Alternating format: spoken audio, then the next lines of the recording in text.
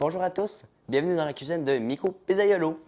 Aujourd'hui, on continue les recettes avec le sirop de Briscoe, mais cette fois-ci, on va faire un glaçage à l'érable pour les beignets chauds sur le menu. Avec les beignets chauds, on a déjà le crémage à la vanille ainsi que le chocolat Kit Kat croustillant.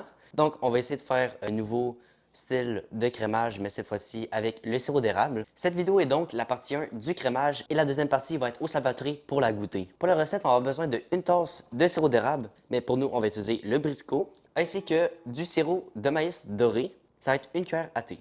On va ouvrir notre sirop Briscoe. Donc, une tasse. Regardez-moi la couleur.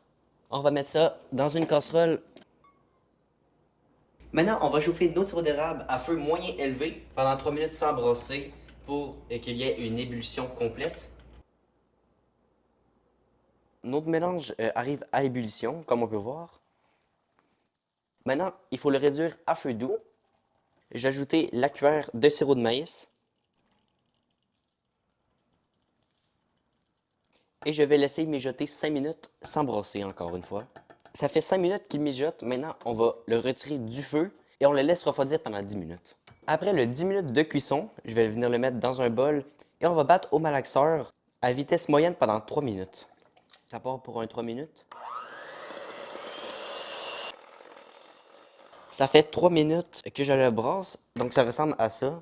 Ça sent vraiment la tire d'érable. Ça sent vraiment bon. Donc ça dit immédiatement, il faut le mettre dans un petit contenant hermétique. Puis on le laisse refroidir jusqu'à ce qu'il atteint la température ambiante.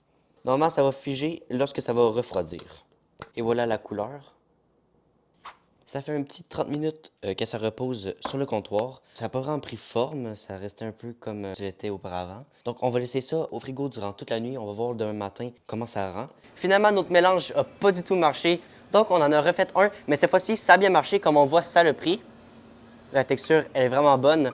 Donc dans une prochaine vidéo, on va tester avec les beignets chauds pour voir si c'est bon et si on pourrait le sortir éventuellement sur le menu.